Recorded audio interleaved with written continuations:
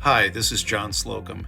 It's a privilege to serve as Executive Director of Refugee Council USA and to work alongside such extraordinarily talented, mission-driven people. Our staff, our board of directors, member executives, committee and working group chairs, consultants, and hundreds of staff from across the coalition working to protect forcibly displaced people and build more welcoming societies.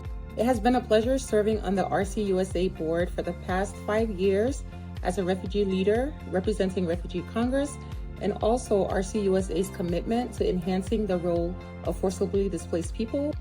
RCUSA brings together individuals, refugee resettlement agencies and affiliates, other allies, academics who are interested in making sure that the United States is true to its history and to its nature of being a country of open arms that recognizes people in all their diversity and those that are fleeing and forcibly displaced across the globe who may be seeking refuge.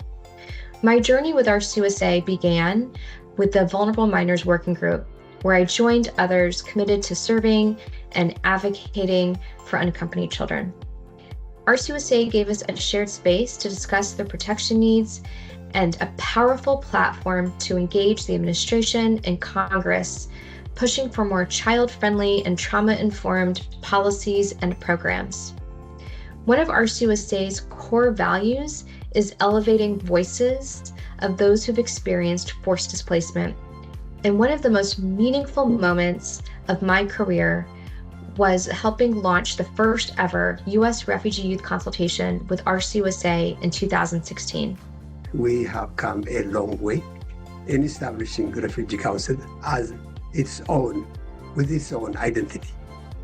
The coming together not only of refugee resettlement, but also of other advocates who are interested in the broader migration issue has been a plus.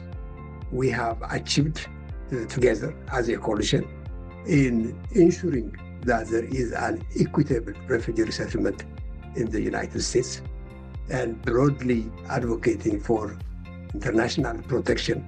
The need was, of course, a developing and growing refugee population across the world. We felt that in the United States, we didn't have an organization specifically focused on refugees and refugee resettlement. The program was large, and we thought that that particular group of needy people, among the many forced migrants, needed greater advocacy in our country. Ergo, Refugee Council USA. I'm extremely grateful for this experience, but most importantly for being a part of the RCUSA network. Together, we've had to make some extremely challenging decisions this year, but they were all for the betterment of our network at large. RCUSA and its members have made huge impacts in refugee protection and welcome. A few examples are the creation of the Iraqi and Afghan Priority 2 and SIV programs, doubling the reception and placement grant, holding the line against budget cuts in Congress to ensure stable funding for PRM and ORR, stopping the state refugee ban by organizing, building relationships, and winning more than 40 governors and more than 100 local officials to declare that they would continue to welcome refugees. I think its biggest success, though, has been equipping and lifting up the voices of refugees themselves and allies across the country, bringing some to DC, mobilizing folks to meet with members of Congress in their local offices to send a resounding signal that refugees are part of this country, that communities welcome refugees. And no one can change that. My name is Sarah Evans, and I've worked with RCUSA both as a member of the subcommittees when I was with a resettlement agency and as a consultant for the Institutional Knowledge Project.